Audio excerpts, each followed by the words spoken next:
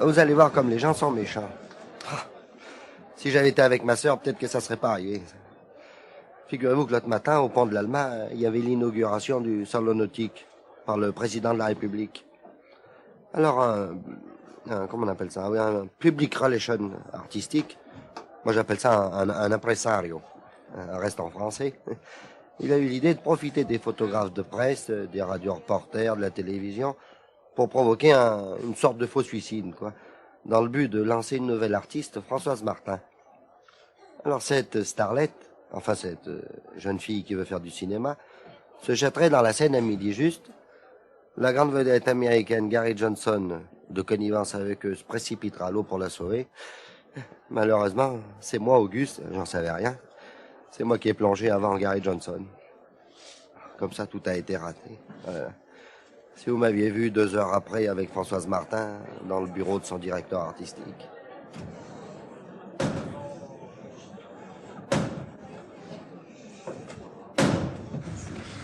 Vous m'en voulez beaucoup. Oh, ça, je ne suis pas prête de vous pardonner, croyez-moi.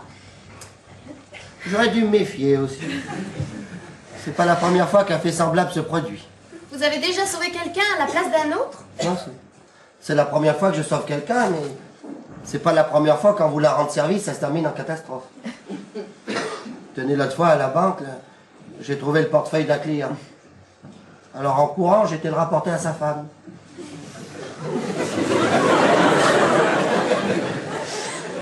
Malheureusement, dans le portefeuille, il y avait une lettre qui n'était pas du tout pour sa femme. Alors on a perdu le client. Enfin, j'espère qu'après ce qui vous est arrivé ce matin, vous serez guéri. Ah, j'ai bien peur que non. Moi, je suis ainsi fait, vous voyez. J'éprouve toujours le besoin de rendre service. Et voyez, tout de suite, je suis en train de chercher ce que je pourrais bien faire pour essayer de rattraper ma bêtise. Ah, je ne vois pas très bien ce que vous pourriez faire. Que voulez-vous? C'est raté, hein? Si j'avais su, je serais pas venu vous voir. Moi qui étais si heureux de vous avoir sauvé la vie, j'aurais gardé mes illusions. Mais au fait, c'est vrai, pourquoi êtes-vous ici? Vous vous souvenez, vous m'aviez laissé votre numéro de téléphone. J'ai appelé chez vous, on m'a dit que vous étiez là. C'était pour vous demander si vous pouviez m'écrire un mot d'excuse pour présenter à mon chef, pour expliquer ce qui est arrivé. Je suis employé à la BNDI, agence H Avenue Rap. Oui, je sais, vous l'avez assez dit aux journalistes. Je vais vous écrire ça quand même. Bien gentil. Ne vous dérangez pas. Voilà mon stylo. Comment vous appelez-vous déjà? Roussel. Auguste. C'est pas que mon chef soit méchant, ça m'a laissé service, vous comprenez? Et dans le fond, il a raison d'être un peu sévère, parce que après les employés en abusent. Alors, comme j'avais dit que j'arriverais avant midi, comme ça je serais pas. À vos souhaits. Merci. Je prendrai un grand descendant. Comme ça, votre chef ne vous fera pas de reproches. Certainement. Ça va comme ça? Je suis signé, reconnu. Monsieur Roussel, c'est courageusement, je tiens. C'est gentil d'avoir marqué courageusement. Mais voyons, ça ne coûte pas plus cher. Oui. D'autant plus que vous ne le pensez pas. Quand vous mettez 2 heures ou courageusement? Il faut pas? Moi, j'en mets qu'un. Dans la vie, chacun fait ce qu'il veut, chacun fait ce qu'il veut. Voilà. Je vais être encore marqué au tableau de service. Acte de probité, de civisme du personnel. J'ai déjà été affiché une fois, pour le coup du portefeuille. Et puis le soir même, on m'a enlevé. À cause de la perte du client. Et maintenant, je vais t'afficher pour un faux sauvetage. Je peux pourtant pas leur expliquer que c'est de la mise en scène. Il vaut mieux pas, non? Ils comprendraient pas. Non. Voilà. Je m'excuse de vous avoir sauvé la vie. Votre stylo. Pardon. Merci. Je tenais à vous dire avant de partir que si j'ai plongé, c'était pas simplement pour montrer que je savais nager. Non? Et alors pourquoi? Parce que lorsque je vous ai vu enjamber le parapet, j'ai dit voilà une jeune fille qui est trop jolie pour mourir. Oh, mais c'est très gentil, monsieur Roussel. Vous n'en avez pas l'air, mais vous savez parler aux femmes? Oh. C'est bien la première fois qu'on me dit ça. Dites, Oui? vous m'en voulez toujours autant? Oh, il me semble que je vous en veux un tout petit peu moins. Si vous permettez, je voudrais vous poser une question. Pourquoi voulez-vous tant être connu? Pour faire du cinéma, voyons. Mais moi, je croyais que d'abord, on faisait du cinéma et qu'on était connu ensuite. C'était ainsi autrefois, mais tout a changé. Si personne ne vous connaît, pourquoi vous donnerait-on un rôle? Ah, c'est évident. Et pour vous, le cinéma... C'est une vocation. Vous ne pouvez pas savoir ce que c'est qu'une vocation. Si, je crois le savoir. Quand j'étais petit, dans notre salle à manger, chez nous, à la maison, il y avait la photo de mon grand-père, qui était en uniforme. Il était zouave. Comme celui du pont de l'Alma? Si vous plaisantez pas. Et je voulais être soldat comme lui, vous voyez. Ah, ce pont de l'Alma. Toutes les fois que je vais y passer, je penserai à vous avec des remords. Avec plaisir aussi, j'espère. Bien sûr. Et j'y passe 4 fois par jour. Hein. Ah. Eh bien, mademoiselle, sachez que je ferai n'importe quoi pour me faire pardonner. Voilà. Je ne vous demande rien. Oh, c'est dommage. Vous tremblez? Oh, j'ai de froid. Comme Bailly. Bailly. C'est un savant. Pendant la Révolution française, c'était le maire de Paris. Et puis on lui a coupé la tête. Alors devant l'échafaud, le bourreau lui a dit « Tu trembles, Bailly ?» Et il a répondu « C'est de froid. »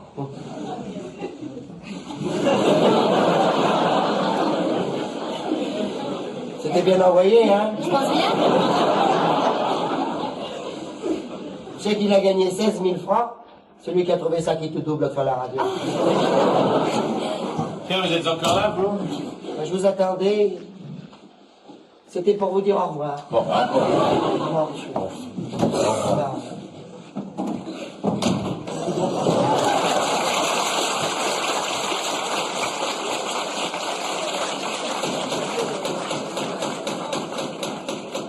Alors, on m'a hospitalisé le soir même, avec 41 de fièvre, on dit dedans. J'avais attrapé une congestion pulmonaire foudroyante. Ah, puis alors ça avait l'air de plaire aux journalistes. Hein. Ils parlaient que d'Auguste dans leur canard. Ils titraient « Le sauvera-t-on » le lendemain. « Victime de son dévouement, un jeune Français survivra-t-il » Ils ont même fait venir un remède miracle d'Argentine. Toutes les éditions suivaient escale par escale l'avion qui portait ce remède. Ils ont eu un mal fou, je me souviens, à traduire l'étiquette. Puis le lendemain, d'ailleurs, ils ont su qu'il y avait le même médicament à Maison Alfort. Mais mes ennuis n'étaient pas finis. Quelques jours plus tard, au téléphone... Allô, d'accord. Mais non, écoutez, monsieur Flauvert, je vous dis que je ne veux plus qu'on parle de moi. Et vous me demandez que j'aille raconter ma vie à un journaliste. Oui, je comprends, c'est le seul moyen de faire parler de mademoiselle Françoise Martin. Bon, j'arrive à votre bureau. Mais alors, écoutez, ma vie, vous l'écrire en petit caractère. Pour raconter ma vie. Oui. Et ben voilà. Vous allez être bien déçus. Mais non, allez, pas de fausse modestie. Allez. Non, il n'y a rien dans ma vie. Eh ben, ça ira plus vite comme ça. Moi, je suis épaté quand je lis le journal de voir les vies qu'on Je vous en prie. Alors, on va voir ce qu'on peut en tirer. Je vais commencer par le début. Ça vaut mieux. Voilà. Je suis né... Monsieur Roussel, il y a un fait dont il faut tenir compte. Je vous arrête tout de suite parce que c'est ceci. Ce n'est pas à Léonie ni à ce reporter que vous allez raconter votre vie. C'est à leur public, à leur lecteur. Or, ce public, le public de Léonie, a des idées, des opinions et des goûts. Les articles que lui propose Léonie doivent donc satisfaire ses idées, ses opinions et ses goûts. Oui, mais si l'histoire de ma vie ne correspond pas à ses idées et à ses goûts... Ah ben l'article sera mauvais et Léonie ne le publiera pas. Oh, je vous en prie, il m'a promis 4 pages, il faut absolument qu'il me les Non, mais donne. rassure-toi Françoise, nous allons nous y employer. Mais d'ailleurs c'est tout bête, c'est bête. Il suffit de raconter votre vie à ce reporter en tenant compte des idées et des goûts de ses lecteurs, c'est tout. Alors vous nous disiez, je vous écoute. Je suis né... Savez-vous que l'idéal serait que tout au long de votre vie vous ayez été accablé par les malheurs. Pourquoi? Pourquoi? Parce qu'un personnage qui aurait toutes les raisons d'être aigri et qui, au contraire, aurait conservé l'amour de son prochain au point d'aller se jeter à l'eau pour le sauver. Pour les lecteurs de Léonie, c'est excellent. Tenez, nous pourrions dire par exemple, pour commencer, que vous n'avez à la BNDI qu'une situation médiocre, sans aucun rapport avec vos possibilités. Ah, mais ne marquez pas ça. Mais pourquoi? Oh, mais parce que j'ai une très très belle situation à la BNDI. Non, mais la question n'est pas là. Ne marquez pas ça. Bah, moi, je suis à l'agence H Avenue Rap. C'est une agence de fin de carrière. Et moi, je n'ai que 10 ans d'ancienneté. Pensez, ah non, ne marquez pas ça. Ouais, pensez que je suis à l'indice 280. J'ai le mois double. La gratification. Oui. L'indemnité de transport. J'ai la retraite. Alors, oh là, malheureux, si vous marquez ça, sûr, j'ai des ennuis. Ben, vous savez que vous êtes extraordinaire, alors vous ne pensez qu'à vous, vraiment, vous pourriez un peu penser à Mademoiselle Martin. Écoutez, je pense beaucoup à Mademoiselle Martin, enfin, quoi, cela peut lui être utile que je dise que j'ai une mauvaise situation à la BND. Parce que Léonie en sera enchantée. Et c'est pour ça qu'il passera l'article, alors. Oui, parce que pour son public, c'est bon. Ben oui, mais pour moi, à la banque, c'est mauvais. Écoutez, Moi, je connais la directrice, elle sera furieuse. Mais voyons, monsieur Roussel. Vous m'aviez dit que vous feriez tout pour favoriser ma carrière. enfin, c'est Mademoiselle Martin qui vous le demande, vous le dites bien. Monsieur Roussel, vous ne me ferez jamais croire que vous êtes un homme qui ne respecte pas sa parole. Vous savez bien que pour moi, le cinéma, c'est une vocation. Vous ne pouvez pas contrarier ma vocation. Enfin, vous ne vous rendez pas compte des propos que vous voulez me faire tenir. Allez dire, j'ai une mauvaise situation à la BNDI. Mais... Au moment où je passe aux opérations de bourse. Mais je me rends très bien compte, au contraire, et je sais que je vous demande un grand sacrifice. Mais c'est parce que je vous considère comme un grand ami. Écoutez, je suis très flatté, ce que vous me dites là. Alors que je dise que j'ai une situation médiocre, vous paraît indispensable. indispensable. Eh ben, dites-le. Merci, monsieur Roussel. Je savais que vous étiez un homme de cœur. Eh bien, alors allons-y. Continuons. Vous nous disiez que vous étiez né à... Ah, j'en étais resté là. Ouais. Je suis né. Attendez. J'ai une idée. Dans votre enfance, vous avez eu une très grave maladie. On a failli vous perdre. Alors, j'ai jamais été malade. On dirait que vous le faites exprès, je vous assure. Je voudrais tellement vous faire plaisir, mais... Avoir ma congestion, je ne me souviens pas. Sinon, une petite varicelle de rien du tout. Eh ben voilà, vous avez eu la varicelle. Vous avez donc été malade une fois. Je vous ai pas compris. Je me suis mal exprimé. Pourquoi? J'ai dit, j'ai eu une petite varicelle de rien du tout. Alors ça, nous ne sommes pas obligés d'aller raconter que c'était une petite varicelle de rien du tout, hein? Pourquoi voulez-vous absolument que j'ai été malade? Non. Que vous ayez été malade ou non, mais tout à fait différent. Mais Léonie en sera ravie. Ben, il m'en veut, celui-là. Mais pas du tout. Au contraire. Et pour son public, c'est bon. Et vous, ça vous fera plaisir. Très. Disons que j'ai été malade. Vous avez été si malade, que vous avez dû interrompre vos études, ce qui nous donne une très belle scène à raconter. L'adieu du maître au meilleur de ses élèves, arrêté au seuil d'une carrière étincelante. Les petits cadeaux des camarades, les petits... C'est excellent, tout ça, c'est humain. Moi, j'étais à l'école communale et j'étais toujours le dernier de la classe. Voyons, monsieur Roussel, ne chicanez pas sur les détails. Bon, alors continuez vos confidences, hein. Vous nous disiez que vous étiez né à... Je suis né... Attendez, j'ai une idée sensationnelle. Sensationnelle, tenez-vous bien, vous allez être épatés. Vous avez été orphelin. Génial.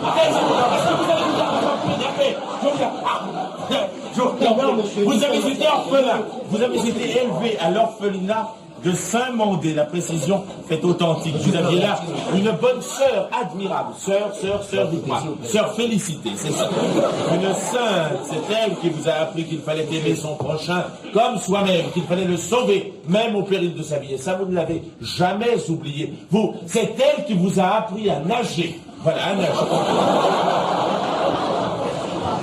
Et vous en avez gardé une foule de souvenirs. Vous vous souvenez des longues nuits d'hiver dans les dortoirs glacés, avec toutes les petits orphelins qui étaient là recroquevillés dans leurs petits draps, et les tristes journées du jeudi où vous alliez en file comme des petites souris habillées en tout en gris, encadrées par les cornettes des bonnes sœurs.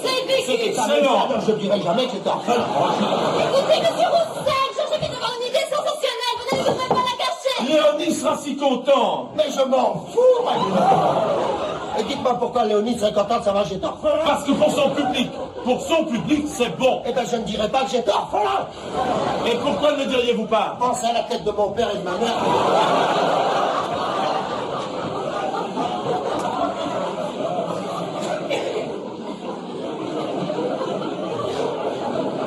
Vous savez que vous ne nous facilitez pas la tâche, hein, vous. Ça, alors, je vous jure. Ça... Vous avez été malheureux, au moins. J'étais gâté. Oh. Une fois, quand j'étais petit, avec Albert, qui n'était pas encore mon beau-frère, On était rentré chez un charcutier, on avait volé de la tête dure. Ça n'a aucun intérêt, mon vieux. Alors, vraiment, mais ça n'a aucun intérêt, votre histoire. On en avait parlé. Non, je vous en prie. Vous ne voulez pas être orphelin, monsieur Roussel? Même pour me faire plaisir? Évidemment, si c'est vous qui me... Ah, puis je peux pas tuer mes parents, j'en ai pas le courage. Monsieur Roussel? Et... je vous propose. Et une enfance de pauvre. Ça ferait pas votre affaire? C'est moins bon. J'en ai déjà lu pas mal, moi, des... Mais non, c'est moins gars bon. qui étaient pauvres. Ça plaisait peut-être sûrement. Bon, oui, écoutez, non, mais si on n'a rien d'autre, pourquoi pas, après tout, hein, François, ça... Oui, bon, une enfance de pauvre, allons-y. Alors, disons, une enfance de pauvre avec les privations, le foyer sans feu, Oui, bon, alors... Votre père buvait? Oui. Ah!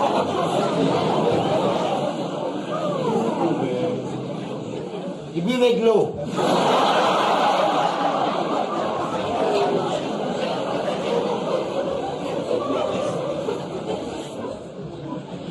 C'est incroyable, oh non. Moi, je sais pas comment on va en sortir, c'est pas possible. C'est pas possible, non.